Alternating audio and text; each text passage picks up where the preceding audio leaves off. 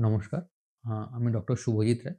আজকে আমরা যে বিষয়টি নিয়ে আলোচনা করব সেটি হচ্ছে আ ডিসলিপিডেমিয়া বা কোলেস্টেরল। খুবই ইম্পোর্টেন্ট মানে শরীরে নরমাল কাজকর্ম করার জন্য কোলেস্টেরল একটা খুব ইম্পোর্টেন্ট ফ্যাক্ট। বাট শরীরে যখন এর পরিমাণ বেড়ে যায়, এগুলো হচ্ছে মানে পরিমাণের দরকারের তুলনায় বেড়ে যায়, সেগুলো কিন্তু শরীরে জমতে থাকে। কোথায় জমে?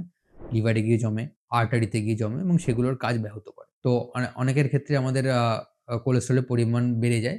কোলেস্টেরল বলতে খালি কোলেস্টেরল না, কিছু কোলেস্টেরল থাকে, ট্রাইগ্লিসারাইড থাকে, যাই হোক। অনেকে আমার প্রশ্ন থাকে, "ডাক্তারবাবু আমার তো মানে কোলেস্টেরল ডায়াগনোজ হয়েছে।" মানে তারা বলছে আমার ডিসলিপিডেমিয়া হয়েছে। আমি কি করলে আমার কন্ট্রোলে থাকবে? মানে কি করলে? ওষুধ পাট্টা তো সেটা খায়, ওষুধ খেতে হয়, ওষুধ বন্ধ করা চলবে না। এটাই হচ্ছে বাড়িতে কি খাওয়া যেতে পারে?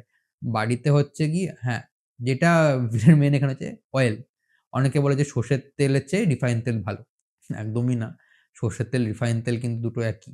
মানে যেই তেলই আপনি খাবেন না কেন কম পরিমাণে মানে 10 এমএল 10 বাড়িতে আর কেউ মাপকাঠি নিয়ে বসবে না বাড়িতে?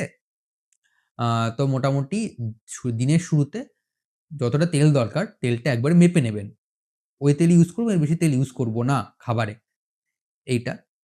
আর যেটা বলার, এক তেল দুবার ইউজ করবেন না। এক তেল ইউজ হয়ে গেল, ওটা আবার ফেলে দেবেন। বা ফেলে দেওয়া যাবার কথা ইউজ করবেন না। কারণ একই তেল যদি দুবার ইউজ করা হয়, তাহলে হ্যাঁ, স্বাদ হয়তো বাড়ে খাবারে কিন্তু ক্ষতি কিন্তু অনেক পরিমাণে বেশি হয়। এক তেল দুবার ইউজ করবেন না। তেল যতটা সম্ভব কম, as practical as possible। আর খাওয়া-দাওয়া, খাওয়া-দাওয়ার বলতে বাইরের খাবার যতটা সম্ভব কম। কারণ অন সর্ষের তেল, রিফাইন তেল তো মোটামুটি ঠিক আছে। কিন্তু বাইরে আরো খারাপ, যেটা হচ্ছে ওরা পাম তেল বা আনস্যাচুরেটেড ফ্যাটি অ্যাসিড ইউজ করে। সেগুলো কিন্তু আরো খারাপ। তো বাইরের খাবার যতটা সম্ভব এভয়েড করার বেটার।